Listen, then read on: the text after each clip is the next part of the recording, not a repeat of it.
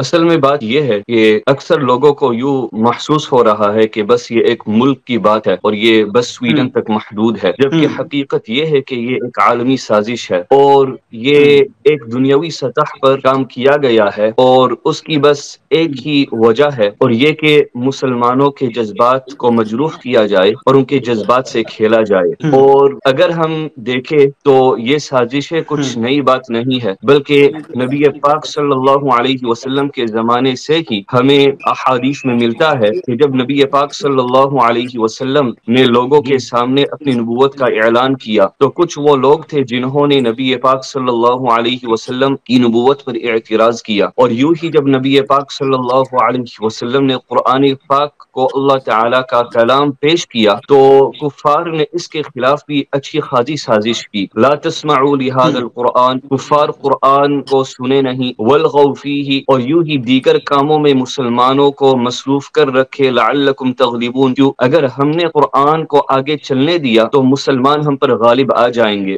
نبی پاک صلی اللہ علیہ وسلم کے خلاف جب سازش ہوئی تو لوگوں نے نبی پاک صلی اللہ علیہ وسلم کو قتل کرنے کی، شہید کرنے کی کوشش کی، وہ ناکام رہے، اور اس کی وجہ یہ تھی کہ اللہ سبحانہ و تعالی نے ہمیں بتلا دیا تھا یعصمک من الناس، اللہ تعالی نبی پاک صلی اللہ علیہ وسلم کے محافظ ہے۔ یوں ہی جب قرآن کریم کی باری آتی ہے تو لوگ کوشش کر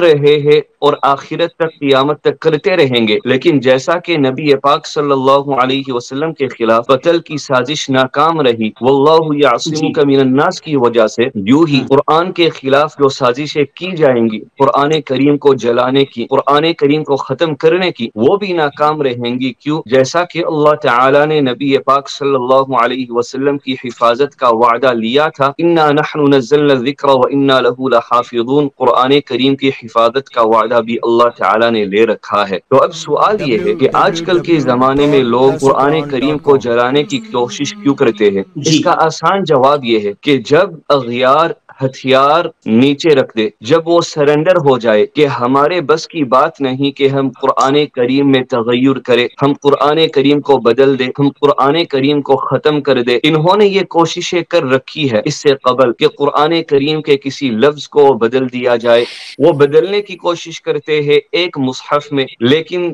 دیگر مصاحف بھی موجود ہے، اور اس ایک مصحف کے بارے میں بھی لوگوں کو فوراً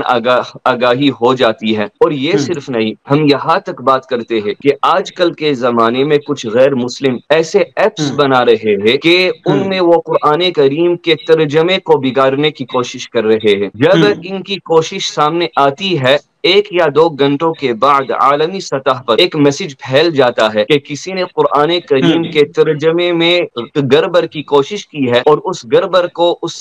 سازش کو فوراً مٹا دیا جاتا ہے۔ تو جب قرآن کریم کے ترجمے کی حفاظت مسلمانوں نے یوں کر رکھی ہے تو کیا قرآن کریم کے الفاظ اور خود قرآن کریم بدل پائے گا؟ تو اب انہوں نے جب ہتھیار ڈال دیے ہیں کہ ہم نے کوشش کی، کوشش ناکام رہی، اب ان کی سازش یہ ہے کہ ہم مسلمانوں کے جذبات کے ساتھ کچھ کھیلنے کی کوشش کریں۔ ہم مسلمانوں کو بدنام نہیں کر سکتے، لیکن شاید مسلمان خود اپنے بدنامی کا سبب بن جائے تو یہ کہیں قرآن کو جلا دیں گے، کہیں یہ نبی پاک صلی اللہ علیہ وسلم یا مقدس شخصیات کی کارٹونیں بنا ڈالیں گے۔ کیوں؟ اس لیے کہ یہ دیکھنا چاہتے ہیں کہ مسلمان عوام جذبات میں آ کر کے کچھ ایسا کام کر بیٹھے کہ عالمی سطح پر ان کی گرفت کی جائے اور ان کو عالم دنیا کے سامنے لایا جائے کہ دیکھو مسلمانوں کے کرتوت یوں ہے۔